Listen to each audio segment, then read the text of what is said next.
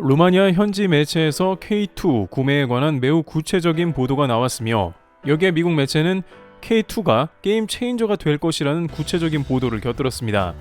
일부 전문가들은 미국의 M1과 K2의 조합이라는 최강 원투 펀치가 생긴 형국이라고 분석했습니다. 또한 이런 분위기가 나오자 노르웨이는 다시 한번 K2를 탈락시키고 크게 후회하며 술렁이는 국면이 등장하고 있다고 하는데 이러한 의견을 종합해서 살펴보겠습니다. 첫 번째, 미 외교 전문지 더 디플로맷. 한국의 주력 전차인 K2가 러시아, 북대서양 조약기구, 나토 간 육상 전력의 균형을 무너뜨릴 게임 체인저가 될 것이라는 분석이 나왔는데요. 미 외교 전문지인 더 디플로맷의 객원 필진인 동아시아 안보 전문가 A.B. 에이브럼스는 26일 현지 시간에 매체에 기고한 한국 방위산업에 의한 나토 무장은 러시아엔 끔찍한 전망이라는 제목의 글에서 이처럼 진단했습니다. 에이브럼스는 기고문에서 지난 3월 폴란드 육군이 배포한 사진은 한국산 K2 흑표 전차로 실탄 사격을 연습하는 장면을 담았다며 이는 이 전차들이 작년 7월 주문한 지 불과 8개월이란 짧은 시간 안에 놀라운 속도로 실전 배치됐음을 보여준다고 말했습니다. 그는 한국의 방위산업 기반은 특히 육상 장비 생산은 여러 척도로 봤을 때 나토군 후원 장비를 생산하는 국가 중 가장 건실하다며 이는 서구의 전반적인 전투력에 매우 가치 있는 지점이라고 평가했습니다. 한국이 직접 우크라이나에 군수물자 지원을 하고 있지는 않지만 경쟁력 있는 한국 방위산업의 존재가 서방국의 우크라이나 전력 지원 능력을 배가시키고 있다는 설명입니다. 실제로 폴란드는 K2 전차와 K9 자주포 등 최신형 한국산 무기를 구매함으로써 기존에 보유하고 있던 러시아산 및 독일산 구형 전차를 우크라이나에 제공할 수 있었습니다. 에이브럼스는 K2 전차 주문은 서방의 우크라이나 무장 지원 능력을 늘려준 하나의 사례에 불과하다라며 더 최근 사례로는 이달 초 미국의 대규모 한국산 군수품 주문을 들 수 있을 것이라고 말했습니다. 미국이 한국산 탄약을 대량 구매함으로써 미군이 비축한 기존 탄약을 나토군에 보낼 수 있었다는 것입니다. 에이브럼스는 우크라이나 전력 지원 능력 확대 외에 K2 전차가 나토에 들어간 사실 자체가 더 큰 의미를 갖고 있다고 평가했습니다. 냉전 이후 서방과 러시아 모두 신형 전차의 개발을 위한 대규모 투자가 지지부진했는데 최신형 K2 전차의 신속한 나토 전력 투입 가능성이 판을 뒤흔들었기 때문입니다. 현재 미국은 M1 에이브럼스 전차를, 독일은 레오파르트 2 전차를 주력으로 사용하며 러시아는 T-72 전차를 주력으로 두고 있습니다. 현재 실전 배치된 장비들은 모두 현대전에 걸맞게 꾸준한 개량을 거쳤지만 기본 틀은 개발 시점이 냉전 시기로 거슬러 올라간 만큼 오래된 모델들입니다. 에이브럼스는 서방이 냉전 이후 새 전차에 대한 진지한 투자를 멈추자 러시아 역시 현실에 안주해 왔다라며 더 현대화된 한국산 전차가 나토군에 대량으로 신속하게 도입된다는 것은 육상전에서의 힘의 균형을 무너뜨리는 것을 의미한다라고 평가했습니다. 현재 튀르키예가 K2 전차 설계를 기반으로 알타이 전차를 개발해 1,000대를 생산할 계획이며 노르웨이에 이어 핀란드도 K2 전차의 잠재 고객으로 간주된다고 에이브럼스는 소개했습니다. 에이브럼스는 K 방산의 등장으로 독일 등 유럽 국가의 군수 산업도 쇠퇴할 것이라고 예견했습니다. 에이브럼스는 한국이랑 경쟁 상대는 유럽 군수 산업의 쇠퇴를 가속화할 것으로 예상한다며 미국 F-35 전투기가 유럽산 전투기를 제치고 유럽 내 모든 수주에 성공한 것처럼 K2, K9 자주포, 다연장 로켓, 천무 등 한국산 지상군 장비들을 현재 유리한 위치들을 차지했다고 말했습니다. 이는 매우 충격적인 이야기가 아닐 수가 없는데요. 왜냐하면 유럽에서는 현재 한국산 장비 때문에 대규모로 방산업체들이 인원을 고용하는 것으로 알려졌습니다. 이러다가 정말 유럽산이 고사된다, 유럽산 군수 생산이 더 지연되고 막히고 평화의 시대는 끝났으니 이제 유럽 자체적으로 군수품을 생산하자며 다방면의 유럽 군수물품 회사들이 뛰어들고 있습니다. 특히 독일은 물론이고 프랑스 등 유럽 나토국들이 대부분 군수물품 생산을 서두르고 있는데 오히려 미국에서는 이제 유럽은 끝났다, 한국이 탱크나 자주포 등은 거의 점령할 것이다.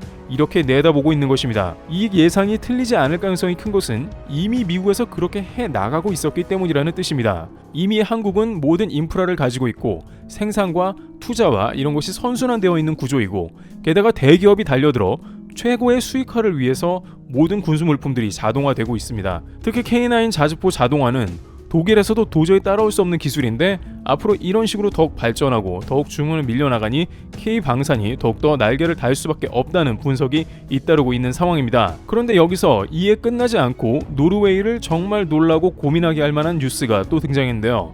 바로 루마니아가 이제 매우 구체적으로 K2를 현지 생산 혹은 폴란드에서 같이 구매하는 방식을 구체적으로 고려하고 있다는 소식입니다. 두 번째, 루마니아의 K2 400대 구입 눈앞에. 루마니아는 우선 오랫동안 한국의 K2와 미국의 M1 전차를 비교하고 어느 전차를 도입할 것인가에 대한 고민이 정치권과 다방면에서 이루어졌는데, 최근 매체에 따르면 루마니아는 K2 400대를 거의 구매하는 것으로 확정지은 것으로 보입니다. 이유는 그럴 수밖에 없다는 것인데, 왜냐하면 M1 전차를 구매하지 않겠다는 것이 아니라 M1은 구입하되 비용상 중고 M1을 약 50여 대가량 구매한 다음에 나머지 400대 그 정도의 물량을 K2에서 채워나간다, 이런 방식으로 알려져 있는 것입니다. 또한 그러한 것은 현재 폴란드가 약 1000대의 K2PL 전차를 800대가량 생산하는데 그 물량 중에 약 400대가량을 받을 수도 있겠다. 우리가 직접 받을 수 없다면 폴란드에서 생산된 그런 물품을 동시에 구매하겠다는 그런 뜻으로 알려져 있습니다. 루마니아는 우리나라에 와서 직접 국방부 장관이 K2 구매 의사를 밝히기도 했는데요.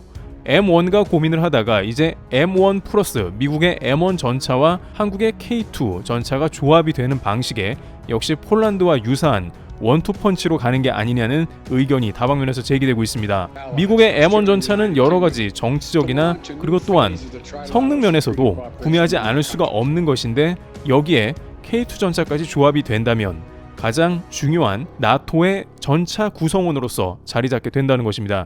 이렇게 된다면 나토에서 K2가 거의 표준으로 자리 잡게 된다는 것인데요.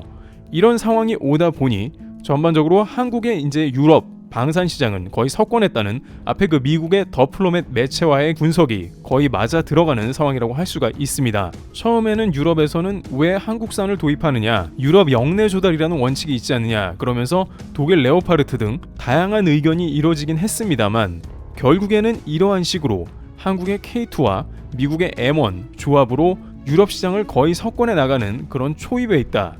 결국에는 유럽 시장을 한국의 전차들이 점령해 나가는 분위기라고 할 수가 있습니다. 그런데 이러다 보니 노르웨이에서 매우 당황하는 모습이 나왔는데요. 세 번째, 크게 초조해지는 노르웨이. 우선 노르웨이에서는 지난달 독일 레오파르트 전차에 대한 큰 소문이 돈 적이 있습니다. 이 내용은 지난달에 다룬 바 있으나 다시 한번 핵심 내용만 간추려서 다뤄보겠습니다. 우선 알려진 대로 한국의 K2가 막강한 성능을 보였고 현지에서도 독일 레오파드 2A7보다 한 수 위라는 의견이 지배적이었습니다.